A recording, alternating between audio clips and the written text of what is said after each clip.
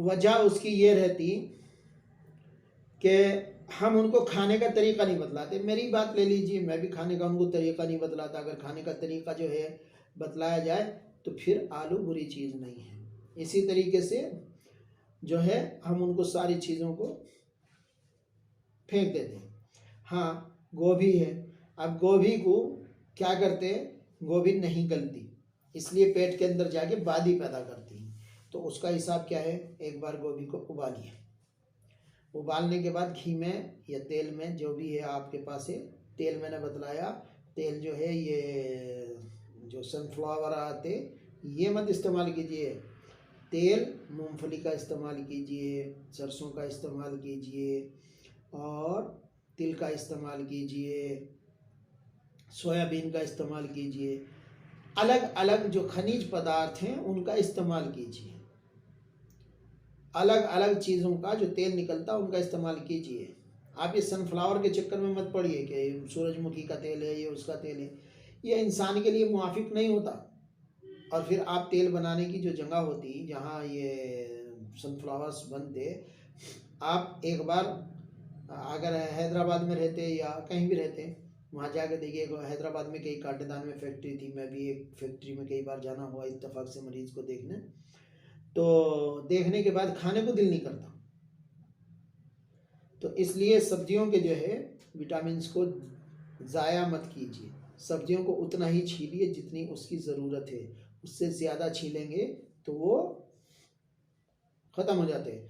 एक बादशाह का एक वाक़या है ना कि एक बच्चा जो है बादशाह के यहाँ पल रहा था और एक बादशाह का बेटा था। तो बादशाह का बेटा जो है वो छील के सेब खाता था या फ्रूट जो है वो जो इस तरह के सेब वगैरह हैं तो उनको छील के खाता था, और जो बच्चा उनके घर पल रहा था वो छील के खाता था। तो अपनी जवानी आते आते वो बहुत ज़्यादा ताकतवर था और वो बहुत ज़्यादा कमज़ोर था। तो अल्लाह ने इन छिलकों से उसकी सेफ्टी रखी, फ्रूट की सेफ्टी रखी, सब्ज़ी की सेफ्टी रखी, उसके चारों तरफ एक गिलाफ बना दिया और उस गिलाफ में सेफ्टी है। तो जब हम उस गिलाफ को ही फेंक देंगे तो सेफ्टी कहाँ से रह जाएगी। तो इसलिए जो फ्रूट खाएं, आप सेब को भी, सेब भी खा रहे तो अच्छी तरह धो लीजिए, उसको उसके साथ खाइए। आप ककड़ी खा रहे तो उसको उसके साथ खाइए। और आप जो चीज़ें छीलने की नहीं हैं, अब खरबूजा है तो वो तो छीलने का है, तरबूज है तो वो तो छीलने का है, तो जो चीज़ें छीलने की हैं वो तो ज़रूरी छीलिए, मगर जो चीज़ें छीलने की नहीं हैं उनको खाने के शौक़ में छीलिए मत। बगैर छीले खाएंगे तो आपके अंदर विटामिन भी आएंगे और आपके अंदर विटामिन के साथ में मिनरल भी आएगा और मिनरल के साथ में कैल्शियम भी आएगा और कैल्शियम के साथ में फास्फोरस भी आएगा। आपको वो सारी ग़िज़ाएँ आएंगी उसमें। तो इसलिए सब्जियों को ज़्यादा छीलिए मत। और सब्जियों में बहुत सारी ग़िज़ाइयत होती है और आप महसूस करेंगे कि अच्छी सब्जियां धो के अच्छी तरह से खाए तो आप यकीन मानिए उनकी ग़िज़ाइयत जो है वो आपके लिए न किसी विटामिन की कमी होने देने की। और सब्जियों में बहुत कीमती विटामिन होते हैं। आप अलग अलग एक सब्ज़ी ले लीजिए, मतलब ये सब्जियों में पालक है, सिर्फ पथरी वाले को मना है, टमाटर है पथरी वाले को मना है, नहीं तो इनसे ज़्यादा कैल्शियम किस चीज़ में होगा। ये हरी सब्जियां खाइए, ताज़ी सब्जियां खाइए, सेहतमंद रहिए, गोश्त खाइए। सबसे ज़्यादा मछली है, मछली जो है जो बूढ़ा ही नहीं होने देती इंसान को। मछली एक ऐसी चीज़ है जो अगर सही तरीके से सही तरह से इस्तेमाल की जाए तो वो इंसान को जल्दी से बूढ़ा नहीं होने देती, ना ही उसके चेहरे पे बुढ़ापे के आसार आने देती। ऐसा नहीं कि किसी का एक्सीडेंट हो गया चेहरे पे तो फिर वो उसको तो अलग मसला रहता। जैसे मेरा मसला है कि मेरे चेहरे का एक्सीडेंट हुआ था, स्टीयरिंग में चला गया था तो मेरे चेहरे का मसला बदल गया। तो आज लोग 50 साल की उम्र में 60 साल का बतलाने लगे, तो ये तो चलता रहता, कुछ भी नहीं। तो मगर ये याद रखिए, अच्छी ग़िज़ाएँ अगर हुई तो इंशाअल्लाह आपको बुढ़ापे का नामो निशान भी नहीं आएगा। और एक चीज़ जो सबसे अहम बात है इसमें वो है, हम लोग जब सामने आ गया तो वो खाने पे टूट पड़ते। आज दावत हो गई, किसी शादी में, आज वलीमे में जा रहे, आज किसी के निकाह में जा रहे, तो बस टूट के खाना खाते, और वो कसरत से खाना खाना भी बीमारी पैदा करता। सबसे पहले पेट खराब करता, उस पेट के अंदर जो गैसेस बनते, वो गैसेस जो है दिल की तरफ को गए तो दिल को ख़राब करता, सर की तरफ को गए तो दिमाग को ख़राब करता, आँखों को कमज़ोर करता, नज़ला करता, कान में बहरापन लाता, दांतों को में सड़ांत पैदा करता, मुंह के अंदर सड़ांत पैदा करता। तो कसरत से खाना भी बीमारी है।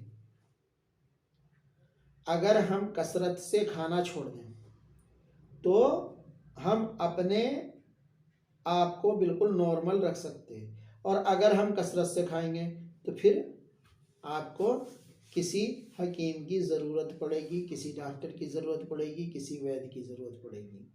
और अगर कसरत से नहीं खाएंगे तो ना आपको किसी हकीम की ज़रूरत पड़ेगी, ना किसी वैद्य की ज़रूरत पड़ेगी, और ना ही किसी डॉक्टर की ज़रूरत पड़ेगी। आजकल तो वैसे भी हर चीज़ जो है वो इस तरह से हो गई कि आपके पास जेब में पैसे हैं या नहीं हैं, डॉक्टर के पास जाएंगे तो फीस भी देनी पड़ेगी। वैसे डॉक्टर की फ़ीस देनी चाहिए, मैं अपनी बात नहीं कर रहा, मैं तो कभी लेता कभी नहीं लेता, किसी के पास है तो ले लिए, नहीं है तो नहीं ली, मगर डॉक्टर को डॉक्टर की फ़ीस देनी चाहिए, वो आपको सही मशवरा देने वाला होता। तो इसलिए कसरत से खाने पर मत टूटिए, खाने को जैसा कि सुन्नत तरीक़ा है। और किसी भी मज़हब में खाने के तरीक़ा एक ही बतलाया गया, खाने के थोड़ी देर पहले पानी पी लेना, फिर खाना खाना, उसमें पानी नहीं पीना, अगर पानी पीना हो तो दरमियान में पी लेना, आखिर में पानी नहीं पीना। इसकी वजह से 3 हिस्से हो जाते हैं। हमें जितनी भूख लग रही है उस भूख से थोड़ा कम खाना, अगर हम उस भूख में ज़्यादा खाना खाएंगे तो यकीन जानिए बीमारियों को अपने पालेंगे, गुर्दे भी ख़राब होते, लीवर भी ख़राब होता, और सर भी ख़राब होता। ये सारी चीज़ें जो हैं, ये बुखारा जिस तरफ को जाते उसी तरफ को। ट्यूमर क्यों होता? क्योंकि रगों को जो है वो इकट्ठा करना शुरू कर देता गैस, उसकी वजह से ट्यूमर होना शुरू हो जाता। तो ग़िज़ा जो है वो बकसरत खाना नहीं चाहिए, और बहुत आहिस्ता आहिस्ता चबा चबा के खानी चाहिए। कम से कम ग़िज़ा को लुक़मा लिए तो 32 बार चबाना, उससे ज़्यादा हो जाए तो बेहतर है, ताकि हमारे मैदे को उसको पीस के हज़म करने की ज़रूरत ना पड़े। जितना ज़्यादा चबाएंगे उतना ज़्यादा उसमें लज्जत भी आएगी, और वो खाना जल्दी हज़म भी होगा, और उस खाने का जल्दी से खून भी बनेगा। तो खाने को कसरत के साथ चबा चबा के खाएं, और बग़ैर चबाए नहीं खाएं, और आहिस्ता आहिस्ता। अगर हम ज़्यादा खाते और खाने में टूट पड़ते तो आहिस्ता आहिस्ता हमारा मैदा बिल्कुल ख़राब हो जाता, और हमारे में सबसे ज़्यादा जो होती वो हमारी सेहत के लिए मुज़िर हो जाता।